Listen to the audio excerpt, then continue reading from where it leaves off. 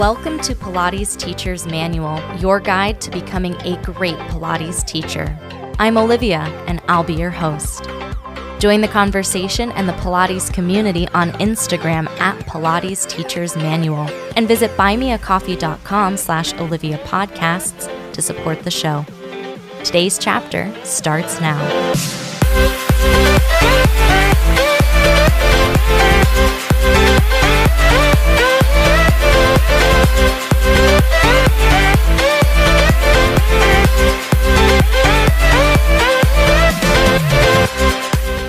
Hello, everybody. Welcome back to the podcast. Today's episode is very topical for me because I am going on my first ever adult, not visiting family, not going somewhere for work vacation. So today's episode is all about the art of taking time off to have a vacation when you are a Pilates teacher. This also ties in really well with last episode talking about how to be an awesome sub and the etiquette of covering classes for other teachers. And I just thought this tied in really well. And because it is an immediate thing that's going on in my life, I thought I'd share some of my tips and tricks when it comes to taking time for yourself to recharge your batteries and go on vacation.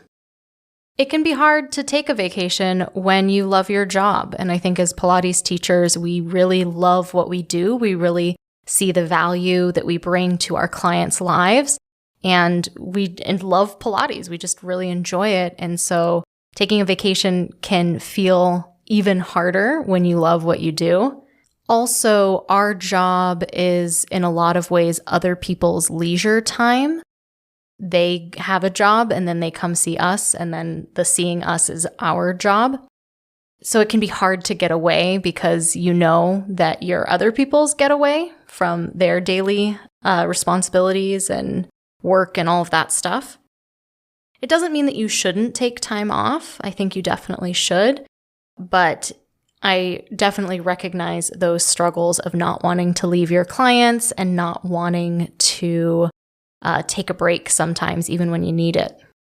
Some of the things that I told myself leading up to this trip was that taking this time, taking this very well-deserved break makes you a better teacher. When you're able to recharge and sort of refill your cup, it makes it easier to give your time and your energy to other people, your clients, the studios you work at, when you are doing that from a really good place and you're feeling really good.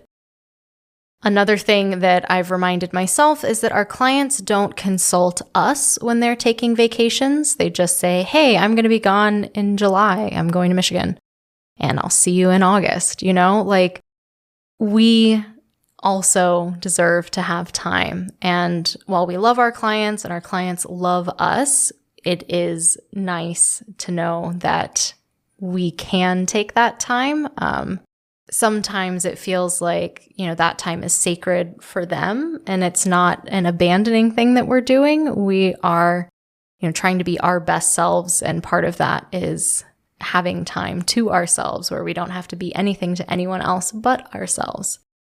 So how you get coverage for your classes and how you maybe even tell people that you're going on vacation, or however you are laying out the groundwork of going on vacation, which, like all things, doesn't involve just the time that we're gone, but also quite a bit leading up to it. It's going to depend on your teaching situation. If you're teaching group classes at a studio, or if you're teaching one-on-one sessions in a studio, or if you have your own business or you have your own clients or your own classes that you're totally running solo, all of that is going to have a little bit different way of organizing vacation time. So in this first bit here, we'll talk about what to do when you're working at a studio, and then we'll also talk about when you have your own business and your own clients, and some things to do while you're on vacation, some things to do when you get back from your vacation. So a little bit of everything.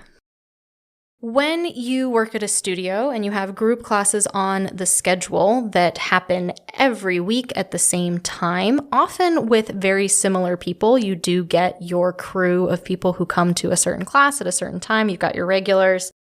Advance notice is key. So whenever you have group classes at a studio, it's most often, in my experience, it's your responsibility to get those classes covered. For whatever reason. If you're taking a trip, that's awesome, but you need to find someone to cover your classes. More than 2 weeks' notice is ideal. I would go so far as to say months' notice if you can. If this is a trip that you're planning, there's no reason why you can't start looking for coverage as soon as you know that you're going to be taking that trip and that you're going to be missing some of your classes. You can try swapping shifts with other teachers. You might reach out to them and say, hey, I'm going to be gone on Thursday. If you cover that Thursday block, or if you can cover that Thursday block, I'd love to cover you back on a Saturday, or I'd love to cover you back on your Wednesday night if your schedule allows. It can be easier to get coverage when there's a trade-off. I don't think every coverage needs to be a trade-off necessarily, but that's one thing that you can offer. And that's also nice because then you are making a similar amount of money. Like if you were teaching 3 classes on Thursdays and then you're covering someone else's classes on Wednesdays, like they're covering your classes and getting paid, you're covering their class and getting paid, we all get paid and it's nice. So that can be excellent because as Pilates teachers, we don't get paid time off. And if we don't teach classes, we don't make money. So for your financial bottom line, that can also be something worth thinking about. When it's really far in advance, I'll send out an email to teachers. Some studios have an app that they use to request coverage. You can do that, but I'd send out an email like way far in advance because you never know. People might be planning out their summer and then they can say, oh yeah, I can definitely cover that. You might text teachers. You might talk to your friends who also teach in the area. Sometimes there are postings where you don't have to necessarily teach at the studio to cover the classes. You might be able to post with other local Pilates teachers and see if anyone is available. Because the bottom line here is we're helping each other out. You know, if I'm going on vacation, I know that you're also going to go on vacation. So if you are able to help me cover those classes, the idea is I'll also be able to help you cover your classes when you need it. Working at the studio, usually studios want to get everything covered, again, in my experience. So group classes, they definitely want another instructor in there teaching them. They're not going to cancel them just because you're on vacation. It's your job to get coverage for those classes. For one-on-one sessions, you always want to try to get those covered, but I recognize that those have a totally different dynamic. A lot of times when people do one-on-one sessions with us, even if it's in a studio and it's not our studio that we own, so the studio is taking some cut of those one-on-one sessions, the studio usually wants them to happen. So I try to match my client with another teacher who teaches in a similar way to me. I clue that teacher in on, what we're working on. I give them a really detailed program so they can just pretty much read off the paper and do the exercises that we'd been working on. But I also ask my clients if they're interested in working with another teacher, because sometimes the appeal of Pilates is also that they're working with you as a teacher, and that can't be always changed for another person. They might say, I'm actually more comfortable working with you. If you're not here this week, I'll just skip this week and I'll work with you when you get back. That is a possibility. I don't fault clients who make that choice. I don't fault studios who say, do your best to get it covered. But that is something to kind of negotiate when you're working for a studio and you're getting coverage. Once you get coverage for your one-on-one sessions or for your group classes, I do think it's a really nice thing to do as a teacher to hype up the teacher who's going to be covering your classes in your absence. Again, this isn't a competition. We're not looking to be a better teacher than the person who's covering the class or to do anything other than thank this teacher for helping you out when you're looking for coverage and letting your students know in advance. I usually say for group classes, I do like the week before. For private sessions, I might do it a little bit earlier, but just let them know, hey, so-and-so is going to be covering my classes while I'm out of town next week. They're awesome. You're going to love them. You're in good hands. For my private clients, I let them know that I've told them what we're working on so that they are totally clued in, and they'll still have a great session. You'll still have a great class. You'll learn new things. You'll try new stuff, and it's going to be awesome. Also, thank the teacher that's covering your classes. It doesn't have to be like a thank you note. Maybe that's too old school, but do thank the teacher. Like, let them know, hey, thanks for covering my classes. I really appreciate it, and I hope to get you back. Or can I swap a shift with you? Something like that. But it feels good to be acknowledged when you're helping someone. So acknowledge, be the acknowledger. It's awesome. For some teaching organizations, you might be able to pre-record content. I know I teach a couple classes online that I'm able to record and then post the videos for. That is awesome. You can't do that for a live class that happens in person, but you can do it if you're teaching virtual classes.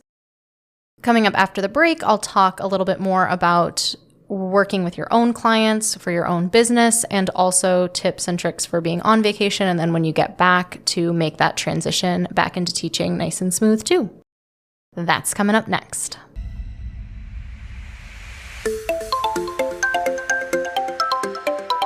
Hi there. I hope you're enjoying today's chapter so far. There's great stuff coming up after the break too. Be sure to subscribe wherever you're listening and visit buymeacoffee.com/Olivia Podcasts to support the show. There you can make a one-time donation or become a member for as little as $5 a month. Membership comes with some awesome perks, including a shout out in the next episode, a monthly newsletter, a monthly Zoom call with me, and more. You can also visit links.oliviabioni.com/affiliates to check out some sweet deals on products I use and love. Now back to the show.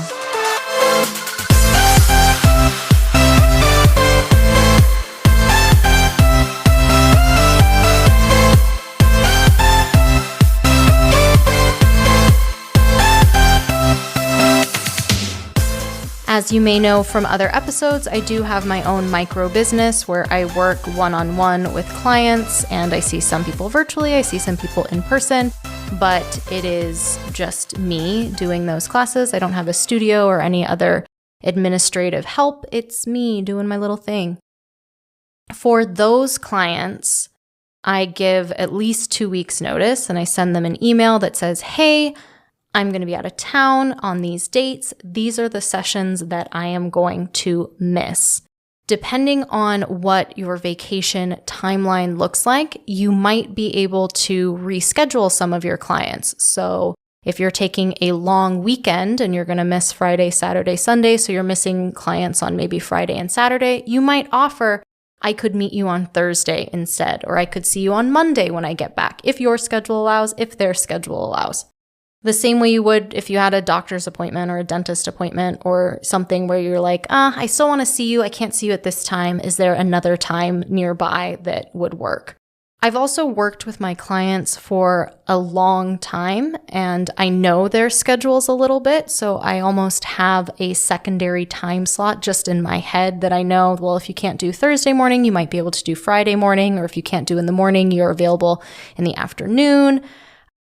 I think that just comes from working with and talking to your clients for a super duper long time. You don't have to already know that, but depending on your trip, if you're not going to be missing like a whole week, like you can't cram a whole week's worth of appointments into one Saturday, you can try. I don't know if that's a good idea, but you might be able to just reschedule those clients, which is one of my favorite parts about working with people one-on-one. Is that you can just find a different time. That doesn't work in group classes, but it does work for one-on-ones. Another option, as I said, is you can just miss that session. Hey, I'm going to be gone this week. I won't see you this week, but I look forward to seeing you when I get back. That is okay. You can offer to share your class plan with them. And I would say that this little star for this little asterisk is that only offer to give your class plan to your clients if you have it readily accessible and they have expressed interest in using it, because I don't want you to make up all of your class plans for your clients and then they don't look at it. They really didn't want it. And you went into all this effort to make it for them. So depending on the client, I have some clients who love homework and will, religiously follow exercise plans that I give them. I am happy to give them an exercise plan. I know it will help them while I'm gone, but some clients will just say, oh, have a great time. I'll see you when you get back. And that is also fine. I wouldn't ask anyone to cover my private clients that I see one-on-one myself because, as I said, it's the same at the studio. Sometimes people come to do Pilates with you because it's you. Like, also Pilates is amazing, yes, but working with you is really valuable and important to them. So I wouldn't ask another teacher to cover those appointments unless a client had specifically requested it, which has not happened in my experience. Now that you've gotten coverage and rescheduled people or let them know that you're going to be missing certain appointments, you've let them know when you're going, when you're coming back, set an out-of-office email that just automatically goes to whatever your work email is so that if clients email you asking questions or anything comes up or you're getting work questions from the studio, that you have that out-of-office reply. It's amazing. Any calendars where people can book you, whether you use Acuity or MindBody or Club Ready or Google Calendar, or you have a Calendly app, whatever integration with your calendar you have, mark yourself as unavailable. Do not let some random person book in while you're on vacation. That is not great. And it's always awkward when you have to then email people and be like, oh, hey, I know I said I was available at that time, but I wasn't. It happens. Like, obviously it happens. It's not the end of the world, but if you can avoid that and just be like, I'm unavailable. And I don't tell people why I'm unavailable. I just put unavailable. I like to be mysterious. Another thing that I highly recommend and I look forward to doing is turning off your notifications. It's different if you are running the studio, but as a teacher, if you're not there, I don't think you need to be there. Especially if you've notified everyone that you are on vacation. Honestly, be on vacation. Turn off your notifications. Check your email when you want to check it, not because something came in that's demanding your attention. The goal of your vacation is not to work while you're on your vacation. You want to actually be on vacation, and turning off your notifications is a nice mandatory way to do that. When you come back from your vacation, since you've told everyone that you were gone, maybe you told them where you were going or what you were doing, I always like to have one quick little story from my vacation that is going to be like my vacation story that I share with people, like where I'm going to go to London in a couple weeks, and I'm going to try to take a Pilates class. So if you're in London and you are a Pilates teacher or student and you have studio recommendations, do let me know, because I'm looking to take a class or two while I'm there. And I've already decided, because I plan everything significantly in advance, that that's what I'm going to share with people, that, oh, I got to try a Pilates class at this studio. It was so cool how they did this. And then I'll just have that, because everyone's going to say, how was your vacation? And then you will have something to share with them. I know that I overplan a lot of social interactions, and that's not universal, but know that you're going to get asked, because you've notified everyone so clearly and completely that you're going to be on vacation, that people are going to ask about it. And so you want to have a quick little tidbit to share. And check in with everyone. Check in with your private clients. If they had an exercise plan, ask them how it went. What did they notice? How are they feeling? If they're your group classes that you covered, check in with them. How was so-and-so when they covered your class? Did you love it? What was your favorite part? And you can also really frame that positively. The part that even though you were gone, they still did awesome things, like continue to hype that up. And whenever we can get people to focus on the positive, Pilates is already pretty darn positive, but if we can say, like, what did you love about that class? Or what did you try that was new? I'm so glad to be back, and, I can't wait to build on that. All of this stuff is great to do. And then you will be seamlessly back right where you left, doing that awesome daily thing we do as Pilates teachers, helping people exercise and feel better and get stronger and do cool stuff. I'm super excited. I'm super excited to go on vacation, and I'm really glad that I have reached a point in my career where it feels possible to go on vacation, but also that, I don't think anything is universal. I don't think you have to grind as a new teacher and never take time off. I don't think that that's healthy. I think that's a good way to burn out. But I do recognize that there is an aspect when you're a really new teacher of putting your time in and volunteering to cover those 6 a.m. classes that now I like look at and laugh, where I'm like, yeah, there's no way that I'm covering that. Sorry. So there's a balance to be had. We don't want to take advantage of other teachers and ask them to cover our classes all the time, but I do think that it's okay to get coverage sometimes, whether you're taking a trip or you're taking a mental health day. Like, it's all very valuable. So I'm really looking forward to it, and I'm sure I'll have some stuff to share because I am trying to take a Pilates class there, and maybe it'll be an exciting adventure in the podcast as well. Huge thank you to all the supporters on the podcast. I've loved having these coffee chats with you and checking in, seeing how you're doing. April and May had a joint newsletter that came out earlier this week. I look forward to seeing you either before or after I get back. So excited. Have a great couple of weeks, and I will talk to you again soon.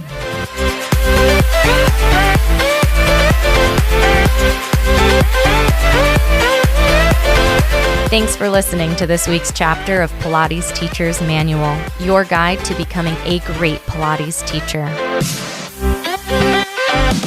Check out the podcast Instagram at Pilates Teacher's Manual, and be sure to subscribe wherever you listen. For more Pilates goodness, check out my other podcast, Pilates Student's Manual, available everywhere you listen to podcasts. The adventure continues. Until next time.